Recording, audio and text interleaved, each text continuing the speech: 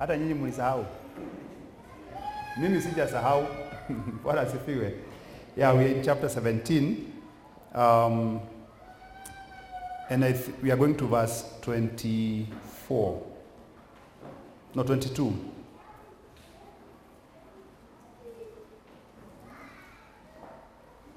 So verse 22 of chapter 17 of Matthew, Biblia inasema, now while they were staying in Galilee, Jesus said to them, the Son of Man is about to be betrayed in the hands of men, and they will kill him, and the third day he will be raised up.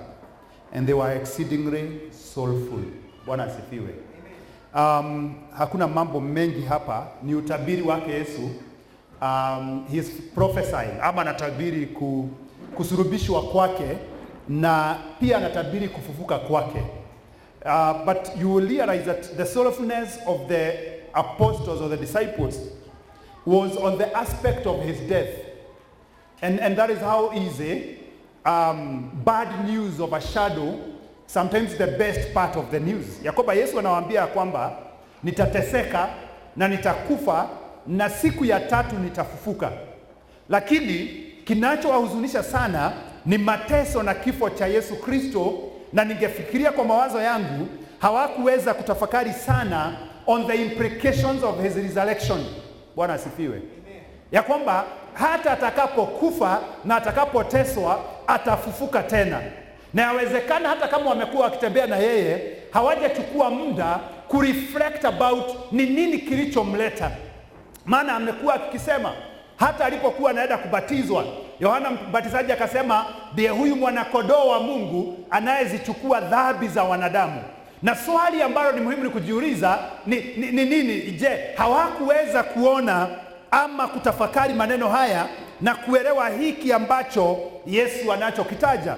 Lakini Biblia inasema ya kwamba they were exceedingly sorrowful. So number one, Jesus knew ya kwamba angekufa msalabani, angeteseka na pia angefufuka.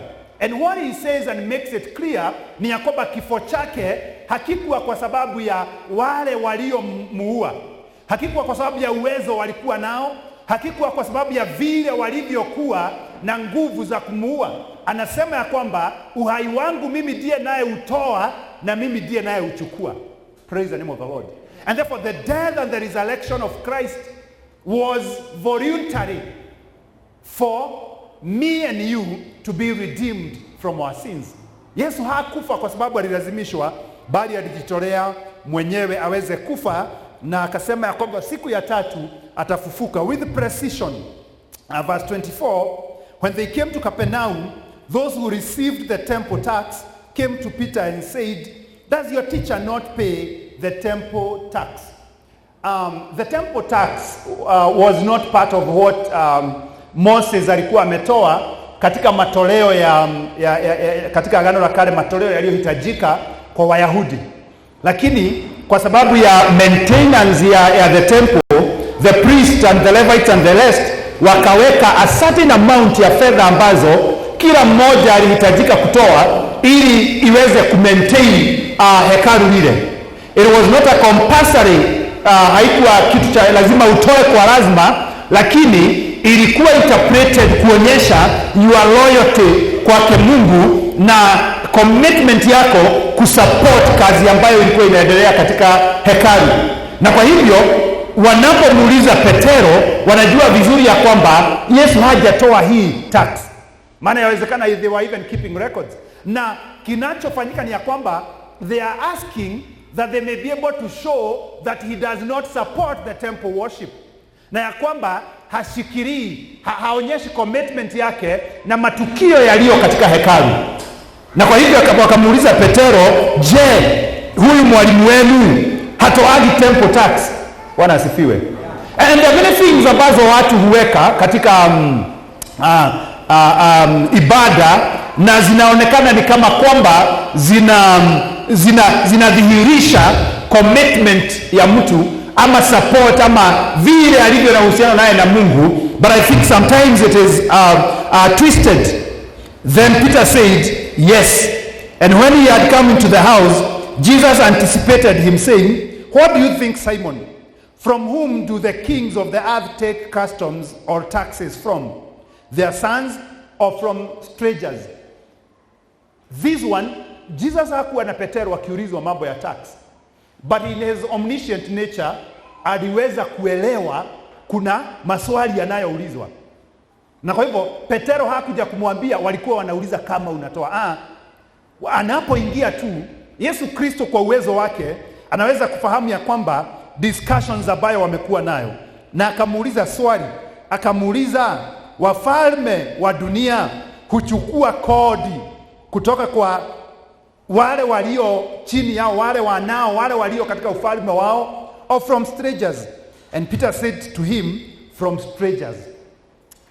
Maybe if you are to understand the system that may have been there, the best way to understand it is to understand it from the system of cess hii ya council. For example, kama unatoka Thika Road, unateremka kuja hivi, mahali unavuka Kiambu kuingia Nyandarua, unajua kwetu ni Nyandarua. Huku ni Nairobi huku si Nyandarua. Nyandarua ndio kwetu.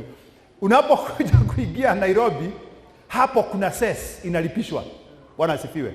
Ya kwamba mtu yeyote anayetoka Kiambu County na anakuja na mali ya kuuza Nairobi County, lazima alipe Nairobi County kwa sababu ya kuja hapa. That is the system. Ukienda upande huu pia utaipata. Tunapaitaka pakajo. Hata si kajo, I think siku hizi wanasimama pale chini reflector. Na hata ukienda hii barabara ya kwenda Nakuru, nilikuwa natembea na mtu juzi, akaniambia the reason why kulijengwa soko karibu na soko Mjinga ni kwa sababu soko Mjinga I think iko Kiambu.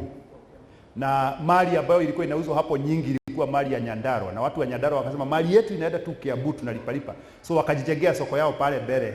Unaona ile soko pale kabla ufike flyover, wakajenga yao ili waache kulipa tax huku kwa watu wa Kiambu. Sasa nyinyi wa Kiambu na Nyandarua ninyi mna, but that is the system that you get taxes from strangers. So if anybody is coming to sell anything in your territory, then unamlipisha kodi.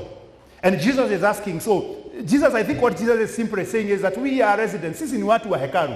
Kwa nini wanatulipisha kodi kwa sababu ya hekalu? And so Peter anamwambia strangers. Jesus said to him, then the sons are free. Nevertheless, lest we offend them, go to the sea, cast in a hook, and take the fish that comes up first. And when you have opened its mouth, you'll find a piece of money. Take that and give it to them for me and for you. So two things here. Number one is that Jesus is saying we are free. We don't have to give this tax. We don't have to pay the temple tax. Si lazima tuwapatie. Lakini hakuna haja ya kukasirisha mtu kwa kitu bure. That is what he is saying. Hakuna haja ya kukasirisha mtu kwa kitu bure. Kwa hivyo wacha tuwapatie badala ya kushinda tukikasirishana. And what I learned from here, and maybe we should pick, is sometimes we have to avoid offense. And how we avoid offense is by realizing maybe I don't necessarily have to do this thing. But it is not also sinful if I did it. And therefore, for the sake of peace, I am going to do it. Bwana asifiwe. Ya kwamba si lazima tutoe hii tax ya hekalu. Sisi ni watu wako free, si lazima tuitoe.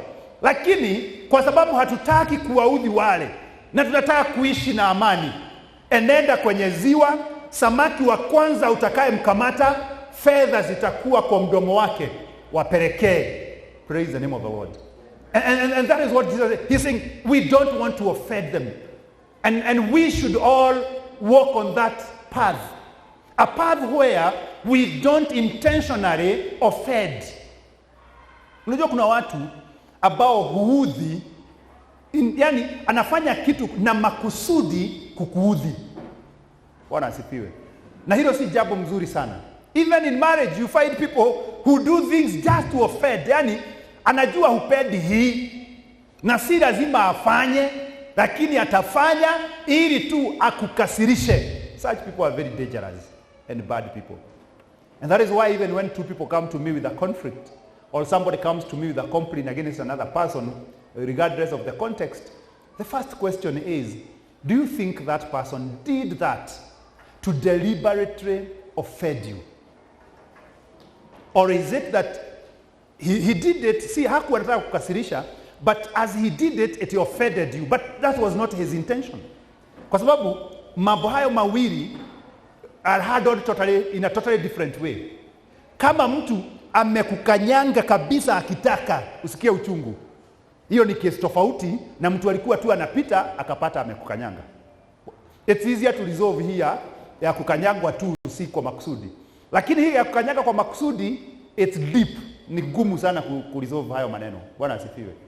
Na kwa hivyo even when you're in a conflict, sometimes ni vizuri kujiuliza, huyo mtu alipotaja hayo maneno, maana yaliniudhi, alikusudia kuniudhi. Maana saa zingine mtu anaweza sema kitu na hakusudii kukuudhi. Praise the name of the Lord. Bwana asifiwe. Na ni vizuri saa zingine even to not take offense from some of these things that people do not, because when utakuwa na shida mtu. I remember one time, let me confess. I remember one time, so I meet somebody in my normal work, napofanya kazi. I go to an organization, I meet a very young girl, she has just joined the organization, small and all that, and we are doing the work. And we do the work and we finish. And we go. Then I come back about 4 or 5 years later. And I meet the same person, but the same person now got married, got a kid. Of course, you know the metamorphosis. And when I meet her, then I can't correctly remember her, and she's like, oh, nasema, that time you were a small girl. Na inamalizia hapo. Then nakutana na yeye again after another maybe 3 or 4 years. So now we are talking maybe of 7 years. Na nikutana na yeye naona hataki kuongea na mimi. Hataki maneno yangu. Sasa namuuliza, ananiambia ulinikosea sana miaka kama 3-4 iliyopita. Nikamuuliza nikukosea na nini? Comment yenye ulimake ili insinuate nimenona. Ilionyesha ni kama nimenenepa sana, and that was a very offensive comment. Na mimi sikujua. Mimi nilikumbuka msichana mdogo niliyepata, na huyu sasa si msichana mdogo. Nikamwambia, the reason why I can't remember you correctly is because then you were a small girl. Bwana asifiwe. Sasa amekasirika miaka kama 3 akiniona taki hata kuniongelesha, nilimwambia amenenepa. And sometimes it's good to consider and ask yourself, did this person really intend to offend me? Bwana asifiwe. So it's a two-way. So we take, like from that day, I'm very careful now. I don't want to offend people for things that you don't need to offend people for. Praise the name of the Lord. So you are careful when you are talking to people, lest they interpret what you are saying na njia zao na wakadhabike na wewe. Na kwa hivyo majukumu ni mawili, ya kwamba mimi kama Yesu najizuia kuwa offensive. Najizuia kuudhi watu pasipo na sababu. Kama nitafanya tu hiki na nifanye tu hiki na nijizuie kukuudhi, nitie bidii kulifanya hilo. And each and every one of us must take that direction. Try as much as possible not to offend people. But number 2, also be careful. Don't always take offense. Usikuwe mtu wa kashotu haya kila wakati kakiguzwa kanalipuka. Bwana asifiwe. Kuna watu kanalipukaga kila, hata mtu hakuwa na shida.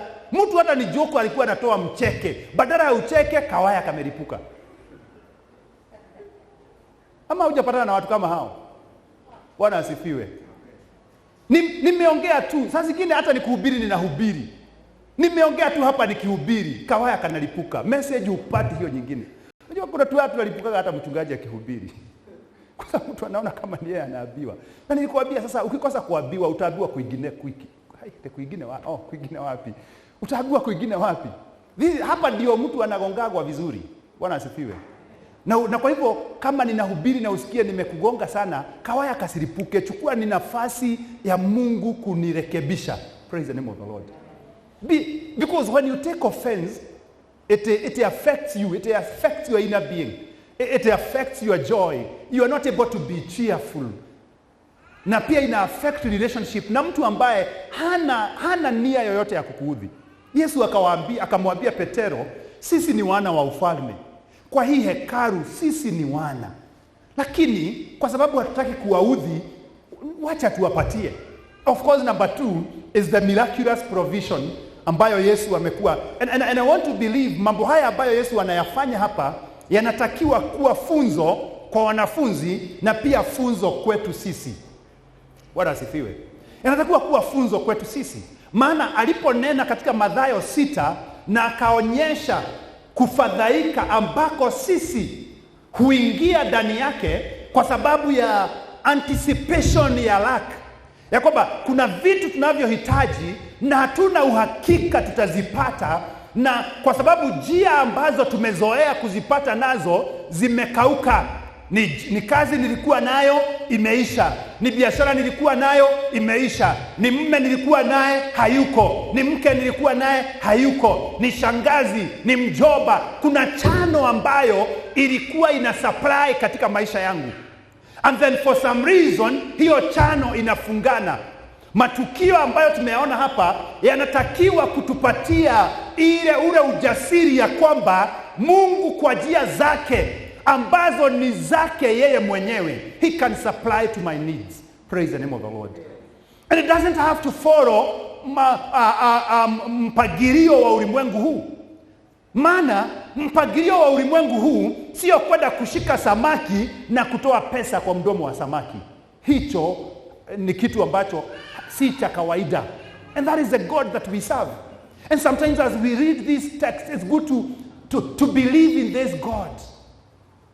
That if there is something that the Bible has spoken so much about, if there are enough examples we should learn, it is God's ability and way of supplying to his people. Bwana sifiwe.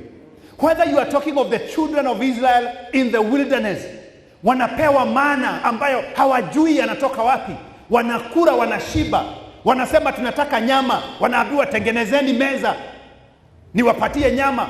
Whether it is the issues of Elijah, anaambiwa enda kwa kisima kwa cha Kerith nitakupea, nenda kwa mjane nitakupatia. Whether it is Elijah also dealing with the woman with the bottle of oil, it is supply.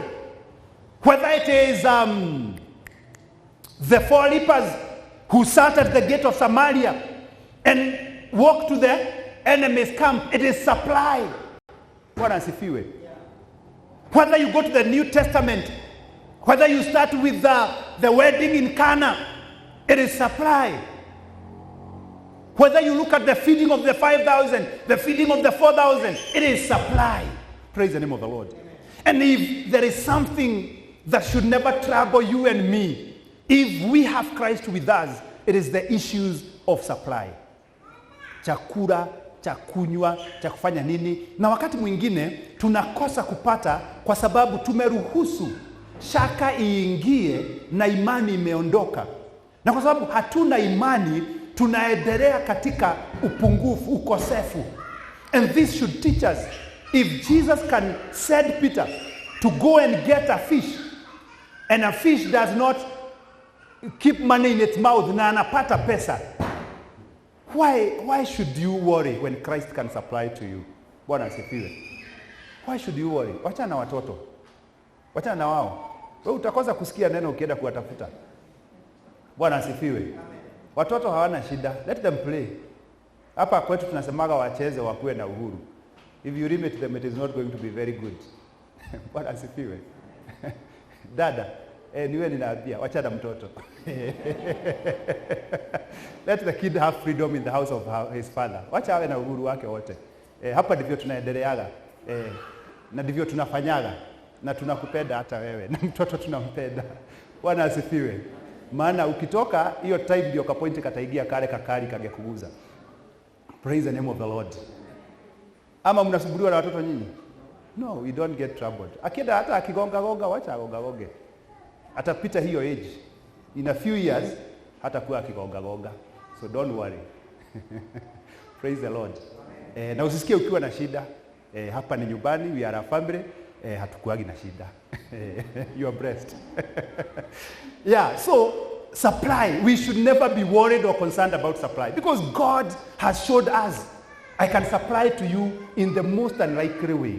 Kwa hivyo ukienda uambiwe hakuna kazi hiyo siku, mwambie Yesu, wewe Yesu wa Petero, uliyetumana kwa samaki, tumana kwangu sasa. Bwana asifiwe.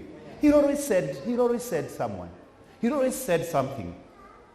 And so let us have faith And let us not be anxious when it comes to the issues of supply. Chapter 18. At that time the disciples came to Jesus saying, who then is the greatest in the kingdom of heaven? Bwana asifiwe. Hii ni swali ambao watu hujiuliza sana. Na watu hutaka sana kupata majibu. Hata kama hawaulizi directly, wanataka kuona niko wapi kwa rank, niko wapi kwa rank.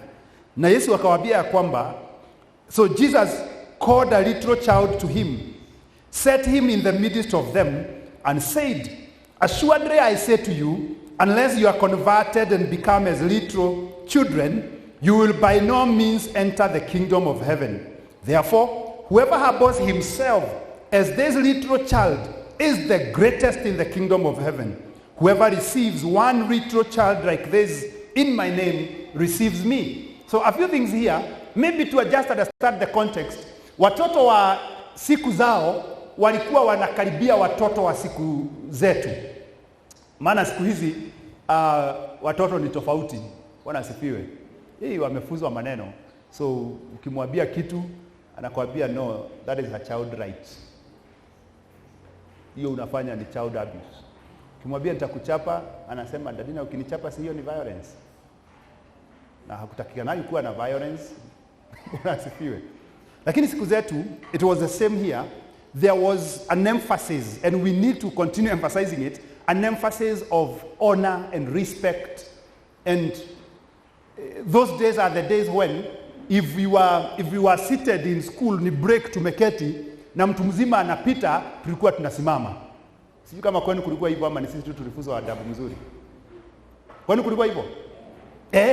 Na mwalimu akipita mahali hata kama ni nyumbani unasimama ukimuona. Bwana asifiwe. Ukiingia kwa gari hata kama ulikuwa umelipa uone mtu mkubwa kuliko wewe ameingia unasimama, unakaa umesimama. Siku hizi ni ngumu kusimamiwa. Bwana asifiwe. But the beauty ni kwamba magari haitakiwi kusimamwa siku hizi, kwa hivyo wewe ukisimama ni shida yako. Kila mtu anatakiwa kuingia gari kwa na kiti ya keti. So that was the culture ambayo ilikuwa cultivated, ya kwamba watoto walikuwa very humble, very respectful, na katika hali zote walionyesha hilo. Na kwa hivyo Yesu akiwa ameketi akamuita mtoto mdogo, ni kumuita anamuita kwa sababu mtoto mdogo hawezi kuwa karibu na yeye, kwa sababu anakaa bali, maana watu wazima wako mahali ambapo wanaongea. Na kwa hivyo unapata ya kwamba akamuita huyu mtoto mdogo na akawaambia ya kwamba isipokuwa wewe ubadilishwe. Bwana asifiwe. It is a process of conversion. It does not come just like that. Anawaambia unless you are converted. Conversion ni kubadilishwa. Tunapoenda tunasema I'm going to convert money na edaga na Kenya shillings and then I convert ninatoka na US dollar. Kwa hivyo conversion ni kubadilisha kabisa. Bwana asifiwe. Zote ni pesa lakini tofauti. Na kwa hivyo Yesu anasema unless wewe mtu mzima, nyinyi mnaoniuliza who should be the greatest among us, unless mubadilishwe, mkuwe converted, mkuwe kama huyu mtoto, kufikiria kwenu kubadilike, kutenda matendo kwenu kubadilike, unyenyekevu wenu ubadilike, unless there is that transformation, that change, then you can't be.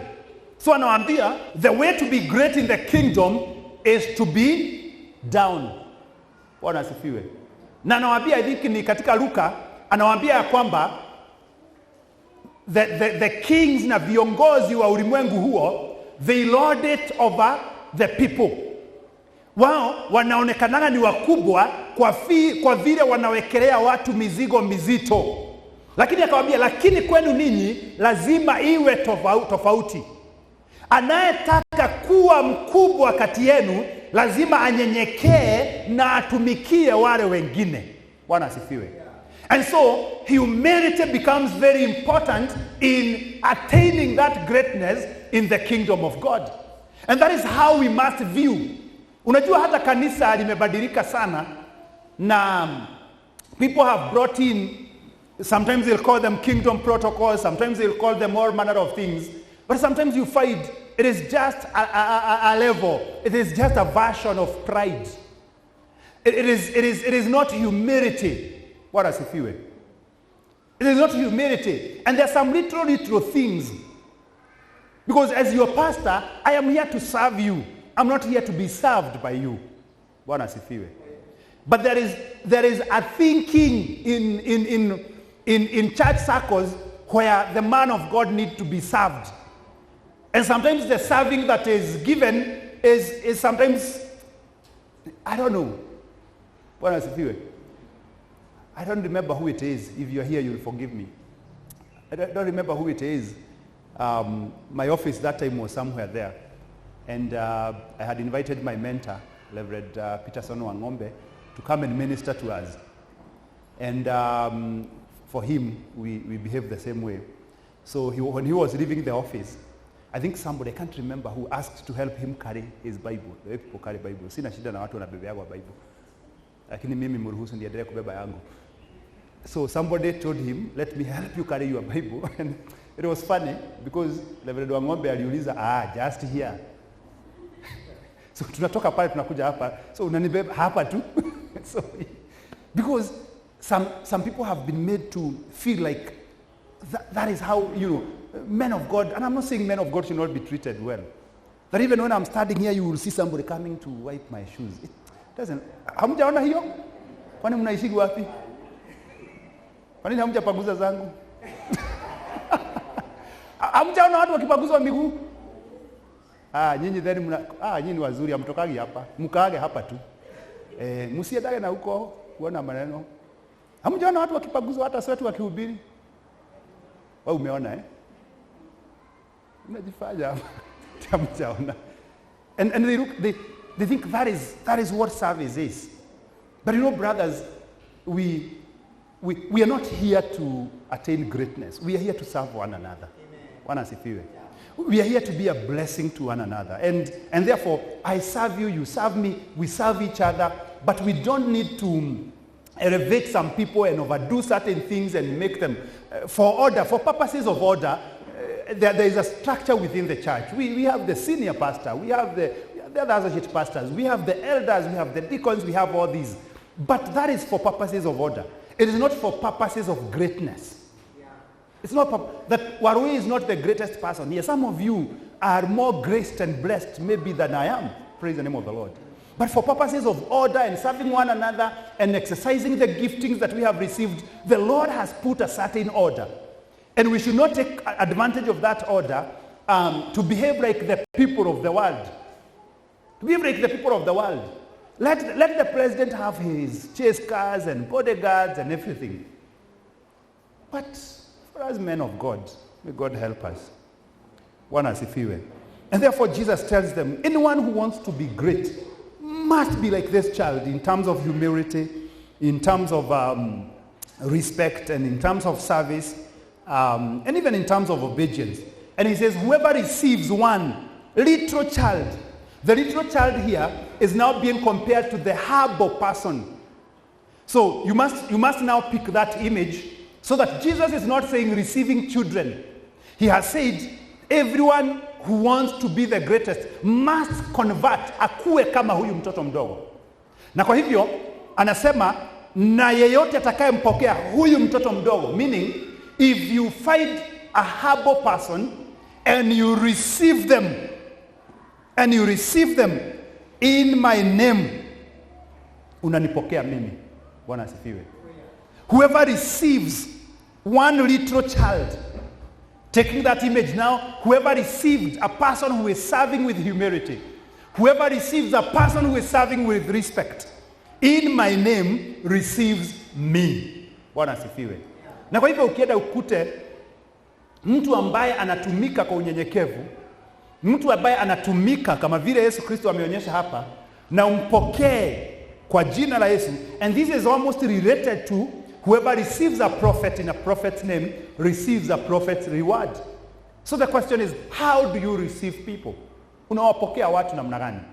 Maana vile unavyopokea watu ndivyo ambavyo dhamana yako itakuwa kwa kuwapokea wale watu. Verse 6. Whoever causes one of these little ones who believe in me to sin, it would be better for him if a millstone were hung around his neck, and he was drowned in the depth of the sea.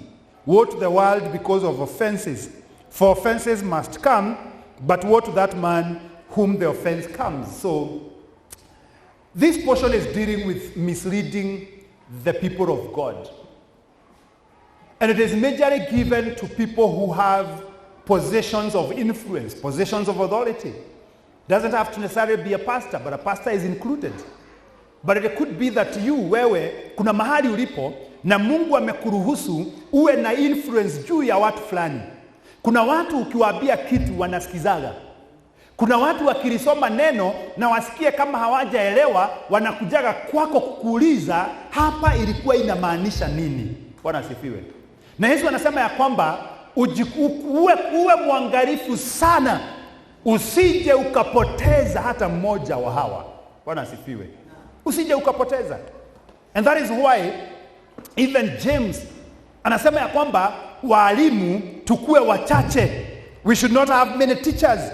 Kwa nini? Kwa sababu hukumu ya wale ambao ni walimu kama sisi itakuwa ni kubwa sana. Na lazima tuwe waangalifu na turuhusu muongozo na msaada wa Roho Mtakatifu. Na ili tusije tukafanya yeyote ambaye anatusikiza aende vibaya, aende kombo, aende njia ambayo haifai. And brethren, we must take our places of influence. And we'll be talking a lot about that next year when we come to look at our theme for next year. We must take our places and spaces of influence very seriously. Ya kwamba umeenda tu hapo unaishi, hapo unaishi. And there is a young lady, there is a young man who sees you as an authority. And they always want to come and consult you. Hata akiongeleshwa na bwana yake saa zingine in a certain way, before amjibu bwana yake, anakujaga kukuambia, baba fulani aliniambia hivi, sijui nimwambie nini. If you mislead that one, heri ungewekwa hiyo mili ni jiwe kubwa utupwe ndani ya maji ili usiwepo kumislead huyo mmoja wa Mungu. Bwana asifiwe. And that is why we must be intentional and deliberate kuelekeza watu kwa Mungu. To lead people to the redeeming grace of Christ. Bwana asifiwe. Na tusiruhusu katika mashauri yetu, katika msaada tunaowapatia watu, katika muongozo tunaowapatia watoto wetu na wengine tusiongozwe na filosofia za ulimwengu. Tusiongozwe na vile watu wanavyotenda matendo huko nje, ama vile sisi tunavyosikia tungetaka kutenda mambo. Tusiongozwe na emotions. And my recommendation ni ya kwamba mtu akija hata akuombe mashauri, omba msaada wa Roho Mtakatifu. Bwana asifiwe. Omba msaada wa Roho Mtakatifu katika kumpatia huyo mtu mashauri. Usije ukaingia hii category ya yeyote atakaye mfanya mmoja wa hawa wadogo ambao wananiamini atende dhambi. Maana kuna mashauri unaweza kumpatia mtu na kwa mashauri hayo atende dhambi. Jesus is saying you will be held responsible. You will be held responsible. So you would rather abstain from giving counsel than giving misleading counsel. And may the Lord help us not to get there. And he says, what the world of offenses. Yani dunia imejaa mambo yanayotuudhi. Lakini anasema ya kwamba offenses will come, but what to the man by whom the offense comes. And I don't want to repeat that because nimesema. Na nikasema it's two-way. Always try as much as you can not to offend. And also try as much as you can not to take offense. Especially in situations where it is not necessary for you to take offense, or it is not necessary for you to cause offense. Na kwa hivyo wakati mwingine utaenda out of your way like Jesus is telling Peter, enenda ushike samaki, toa uwalipe, tusiwaudhi tu bure. So kuna mambo ambayo nitayafanya kwangu. Kuna mambo ambayo nitayafanya kanisani. Kuna mambo ambayo nitayafanya kazini. Kuna mambo ambayo nitayafanya mahali ambapo ninaishi ili nisiudhi. You know there are people who are just offensive. They are toxic in nature. Hata mahali wanaishi, they have to keep offending the neighbors. Bwana asifiwe. Wakipark gari, yani amekuta space, mimi parking I think inanisumbua sana. Wamekuta space ni mzuri ya kupark. Wanaweka tu gari venye huwezi hata kuingia kwako, lazima umpigie simu umwambie, "Kuja uniondolee gari, ninaingia." Offensive. Don't offend people. Be careful. Praise the name of the Lord. But again, don't take too much offense when it is not necessary. Verse 8, if your hand or foot causes you to sin, cut it off and cast it from you. It is better for you to enter into life lame or maimed, rather than having 2 hands or 2 feet, to be cast into the everlasting fire. And if your eye causes you to sin, pluck it out and cast it from you. It is better for you to enter into life with 1 eye, rather than having 2 eyes, to be cast into hell's fire. Jesus here is not advocating for body mutilation. Haneni juu ya watu kujiharibu mili. Maana kuna watu, because of religion and their beliefs and what have you, they mutilate their bodies, they cut their bodies, they offend. But that is not what Jesus is talking about. Jesus is giving an image to show the seriousness ya mambo ambayo tunayafanya yanaweza kutupeleka wapi. Na kwa hivyo anasema ya kwamba, I think, and simply what he is saying is, make whatever sacrifice you can, to whatever extent, so as not to fall into sin. I believe the most extreme sacrifice you can make is to cut your hand or to pluck your eye. Bwana asifiwe. And it is also tied with what he has just said about causing one to sin. Ya kwamba kwa mdomo wako unaweza pata hata si mwongozo unapeana, unapenda tu kuongea, and in the speaking you are leading people astray. In the speaking you are sinning. Na kwa sababu ya jambo hilo anasema, why don't you control your mouth? What is easier, convenient and better to do? Is it to pluck the eye, or is it to ensure that you control what the eye sees? Praise the name of the Lord. And what he is saying here is something I've been thinking about this week. That yes, we have received the grace of God that teaches us to say no to all ungodliness, but do we sit and grace works automatically? Or does it require a role for us to play? Je, tunaketi tu na neema inafanya kazi. Mimi naenda najiingiza mahali kuna majaribu ya dhambi, lakini kwa sababu neema iko sifanyi dhambi. And as I was thinking about this word illuminates it clearly. That the grace of God operates in our lives in the context of us playing our role to experience that work of grace. Bwana asifiwe. Ya kwamba neema ni kutuwezesha, inatuwezesha. Lakini inawezesha mtu ambaye nia yake na vitendo vyake vinakubali kule kuwezeshwa. Ya kwamba unaweza pewa kitu kinachokuwezesha, lakini usipotenda mambo fulani ambayo, take for example, nipewe hii gari yangu, niambiwe hii gari ina uwezo. Like immediately I finish this, I'll be going to Maryhill Girls. We'll be talking to our girls this afternoon. Nipewe hii gari, niwaambie hii gari inaweza kukuchukua hapa ikupeleke Maryhill kule Thika. Niseme okay. Niende, niingie, niketi ndani, nigoje inipeleke. Does it work? It doesn't work. The vehicle is there to enable me, but there is a role and a responsibility for me to play. Lazima niende, ni start, na nikistart siachi hapo. Lazima ni engage gear, niki-engage gear siachi hapo. Lazima niwekele mguu wangu kwa mafuta. Wale hawajaendesha gari, naendesha kwa hivyo. So ukipata gari yoyote, gurumisha, weka gear, kanyaga, enda. Na ukienda ugoge wengine usiseme ni mimi nilikulinda stray ati niwekwe kwa ziwa. Praise the name of the Lord. So, even even when it comes to the working of grace, grace gives us that ability. It enables us to say no to all ungodliness, but in the context of our cooperation with God in that working of grace. And so Jesus is saying, you have a role. Let your heart not lead you to sin. Let your eye not lead you to sin. Control them. Be in charge. Be in charge. Lazima uwe Hey, Kiswahili ni ngumu. You must be in charge. You must be in charge. And being in charge, he is identified. Identify. What is it that makes you sin? Is it your eye? Is it your hand? Is it your ear?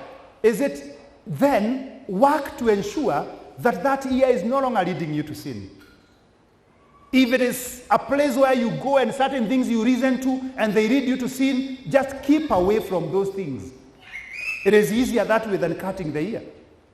If it is places unaendaga unaona vitu na unapoviona vinakuingiza katika dhambi, jizuie na kuona hizo vitu.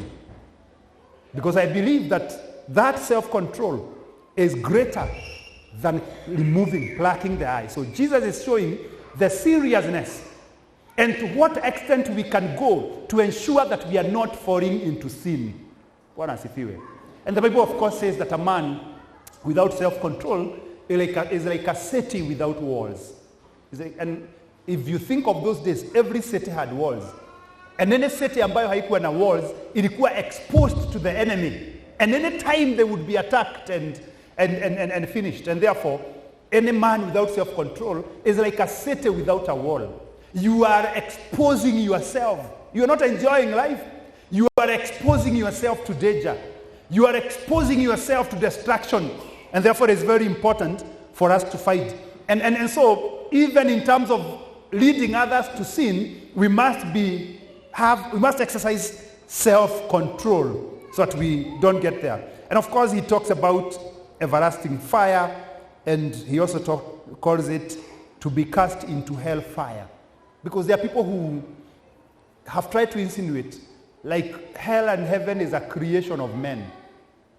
But Jesus really talked about hell a lot. Hell is real. Hell is real. And if you're not a believer in Jesus Christ and you are continuously remaining in sin, I'm sorry to say that hell is waiting for you. Everlasting fire. Everlasting fire. So you better come to Christ. You better come to Christ. Verse 10. Take heed that you do not despise one of these little ones, for I say to you that in heaven the angels always see the face of my Father who is in heaven. For the Son of Man has come to save that which was lost.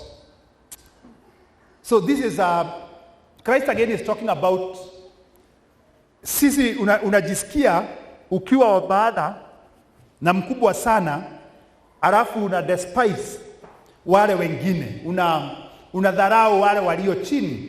Na nasema ya kwamba, remember, he is still talking about these little ones. People who are humble, respectful, people who are seen as the smallest in the kingdom. Na nasema kwamba usije ukadharau mtu yeyote. Bwana asifiwe.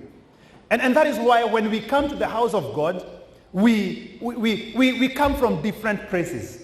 We have different things. We are endowed differently. Materially tumebarikiwa tofauti. Wengine wanaweza kuwa wana nyingi, wengine wanaweza kuwa wana kidogo. Wengine wanaweza kuwa wamesoma sana, wengine wanaweza kuwa hawakusoma sana. Wengine wanaweza kuwa wana vitu nyingi ambazo zinatufanya tofauti. Lakini tujapo katika nyumba yake Mungu na katika ufalme, lazima zote tukumbuke ya kwamba tunasawazishwa. Bwana asifiwe.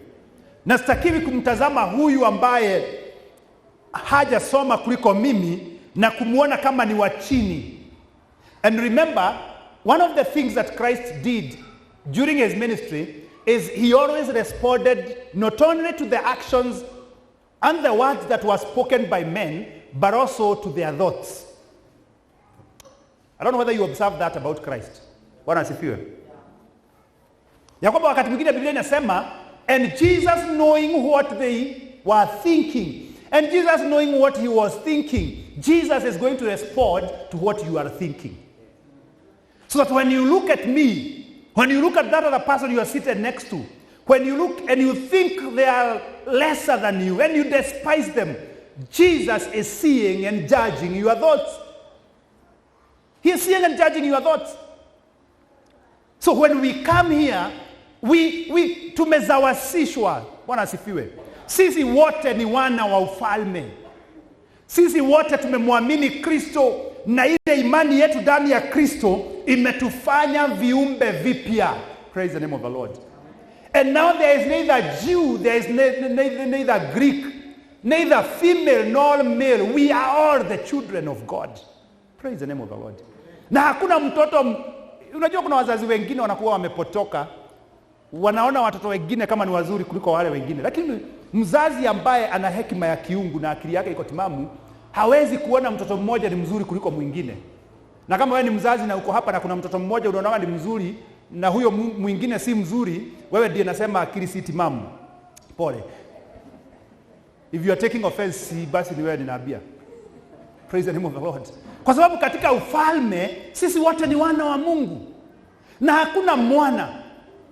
Na utaelewa wale about kuna watoto. Watoto wote, they are gifted differently. Their habits are different. Their demeanors are different. Their disciplines are different. But they are all children. Praise the name of the Lord. And we must not despise one another. We must not look down at each other. We must not come and feel, because me I drive a big car, na huyu hata fare hapatage na kujaga na miguu kilomita 10, mimi ni mzuri kumliko. Hapana, sisi zote mbele za Mungu tumesawazishwa. We are the same. We are children. We are sons in the kingdom. And Jesus is saying, anyone who despises this one, akumbuke ya kwamba huyo mmoja ako na malaika wake mbinguni ambaye ako na Mungu. Na nafikiri huyo malaika anaambia Mungu, huyo malaika ni washukanaga dia na shukanaga. Bwana asifiwe. Huyo malaika ako huko anaangalia, anaona vile umefikiria huyu mwingine, anakusema. And God is judging your thoughts. So let us honor. If there is anything you can do as brothers and sisters to beautify my life, do it without despising me. Do it without demeaning me. Do it without making me feel less. Praise the name of the Lord. Because we are here as brothers to support one another. And if I support you and make you better, it is not that I have a reward before God, but it doesn't make me better than you. It doesn't make me better than you. Tomorrow you are the one who will be there to support me. You are the one who will be there to support me. You know, I remember one time the case of my own dad. So my dad was living in Nakuru, and I think I've given it here before. And a young man in the village needed to go and join a college in Nakuru.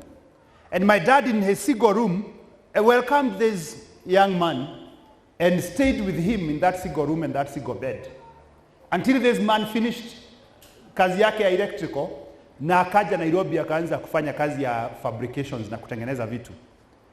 Na alipomaliza kufanya hivyo, with time this man gave his life to Christ, started serving God, started preaching, and within no time flew and went to the US. When he went to the US, around the same time, my dad lost his job where he was working. And when he lost his job, it is this man who helped him get some of us through school. Bwana asifiwe. So when you are helping somebody because they are in need, don't despise them. Tomorrow they might be your age. Praise the name of the Lord. When I was in the US in 2016, every weekend I was going to preach in their church. And they became a great support. So today you might look at somebody, and that is what I'm saying. If you have to help me, if you have to uplift my status, if you have to make me get better, do it with dignity. Don't help me. Don't elevate me at the same time despising me. Kwa sababu kuna watu kukusaidia ni mateso na shida na utumwa. Anakusaidia lakini anataka uwe mtumwa wake. Anataka umtumikie ni kama si usaidia mtu na umuone ni mwana katika ufalme. Na uzuri wa wana katika ufalme, vile nilivyo leo, haisemi vile nitakavyokuwa kesho. That is the beauty of the kingdom of God. That God is able to transform and change lives. You know, yesterday I was attending the launch of Nairobi Grace Chapel, where my friend Pastor Martin Murege ministers. Ukienda bypass here, Northern Bypass, wale wanatembeaga Northern Bypass, before ufike Marurui, there's a big church imejengwa hapo on your left. Ukifuka tuka bridge hapo. So we went to the launch yesterday.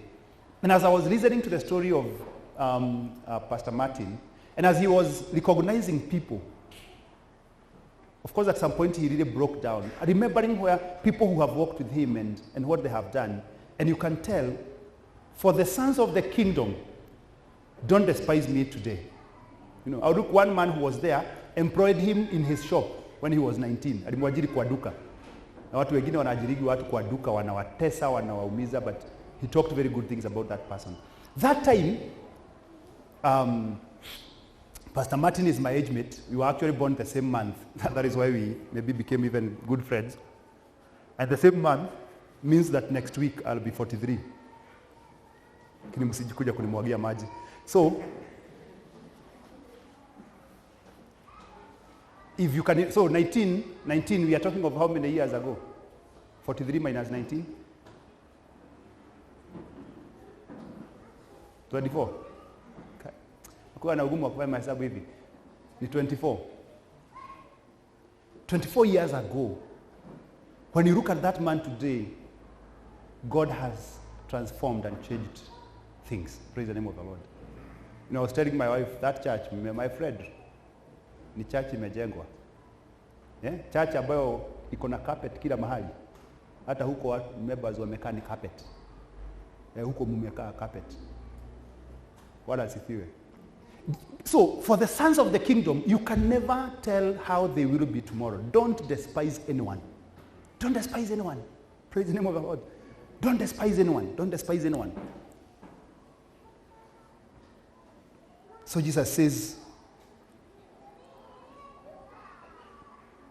tulikuwa wapi? Oh, verse 10, yes. Then we go to verse 12. Verse 12 combines with verse 11, and maybe we finish around there. Because verse 11 says, for the Son of Man has come to save that which was lost. What do you think? If a man has 100 sheep and one of them goes astray, does he not leave the 99 and go to the mountains to seek the one that is straying?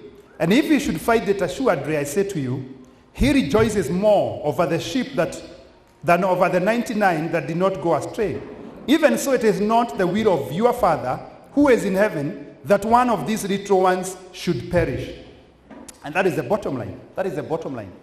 That God desires that none of us goes astray. And if we will be able to access the heart of God, get hold of his heart, and run with that heart, then what touches him, what moves him, must be what moves us. Praise the name of the Lord. And what moves him is that none of these one should get lost. None should get lost. This parable is not a parable of carelessness. Because some people sometimes look at it and think Jesus is careless. The 99 are not being left unattended. They are at home. They can't go astray. What this parable is saying, it is not saying that he values the one more than the 99. No. It says he is not going to be contented. Ooh. He is not going to be contented with the 99 if he doesn't have the one. Praise the name of the Lord. So he values the 99. But as long as there is one that is missing, I'm not going to sit here. I'm going to look for that one and bring that one in the midst of the 99. And after that one comes, then we rejoice and celebrate. Praise the name of the Lord. And that is why we should never be contented with anyone going astray. And God has called us into the ministry that is a ministry of restoration. Ya kwamba lazima tuongozwe na grace ambayo ni restorative, kwa sababu kuna watu wengine ambao hawana, they're not moved by people going astray. Even when they come, they see young people and they see a young person going astray and falling into sin, they don't bother. They don't pursue them. They don't make any effort to bring them back. Wanasema ni maisha yao. But if we have to be like our master, we must go and look for this one. Praise the name of the Lord. And this is the grace, and this is the prayer I have. Kwamba hii neema iwe na sisi. Ya kwamba nikija katika ibada siku ya leo, yes, nimewaona wengi, lakini kuna mmoja sikumuona. Na kwa sababu kuna huyo mmoja ambaye sikumuona, nitatia bidii kumtafuta mahali aliko ili niweze kumrejesha mahali anapotakiwa kuwa. The desire of the Father is that none of these little ones should perish. And my counsel to each and every one of us, and my admonition ni ya kwamba mtu akija katika hii nyumba yake Mungu, na Mungu akuwezeshe kumfahamu. Yawezekana mimi nisijue kila mtu, wakati tulikuwaga watu 15 na 30, nilikuwa najua kila mtu na kwenye anaishi na mambo hayo yote. Sasa since we started hitting 60, 70, I'm not able to keep up. Because as a human being, my memory is also very poor. So anytime ukiona nikija nikusalimie, nikuambie wewe ni mgeni, halafu niambie, pastor mimi nakujaga hapa, usinihukumu, memory yangu inakuwaga namna hiyo. Na saa zingine watu hudhika na mimi. Lakini sasa unajua shida ni ya kwamba it's something I can't help. I can't help because nikikuona na nione sikujui, ni ukweli sikujui. Like I wish naweza kuona nikuwe ninakujua iwe ni kujifanya najifanya, lakini nikikuona nione kwa macho yangu wewe ni mgeni, hakuna mahali wewe ni mgeni. Na kwa hivyo nitakuita mgeni. Sasa unaniambia hapana pastor, si tumekuwa na wewe hapa. Nikisema pole unakubali. Bwana asifiwe. Yes, it's something that I struggle with a lot. I struggle with remembering people. There are times when I can spend time with you for a long time. Then the next moment, tuachane siku 2-3 tukutane, nikuulize na wewe ni mgeni sija kuona. Na si tulikuwa na wewe juzi mahali fulani. That's me. There's even one time in my business I interviewed somebody. Kamfanya interview na nini na tukaongea na nikampatia kazi. Then aliporeport siku ya kwanza nikamuuliza umesaidiwa? Akaniambia si ni mimi na ni. So if I meet you and I have forgotten you, sasa I'm being vulnerable. I'm telling you some of my weaknesses. So it's possible ya kwamba you've been coming here to church for the last 5 or 6 months. Yawezekana hata ulitoa ushuhuda hapa, yawezekana hata ulikuja kwa ofisi kulisalimia, alafu inawezekana nikutane na wewe pale na nikwambie sioni kama nakujua. Ni mimi tu, pastor wenu ni mwanadamu. Bwana asifiwe. Si tusifike hapo, tusimame tuombe, alafu tuendelee Saturday. So kama nilivyosema, I won't be with you in the service. I'm going to Melly Hill. The only thing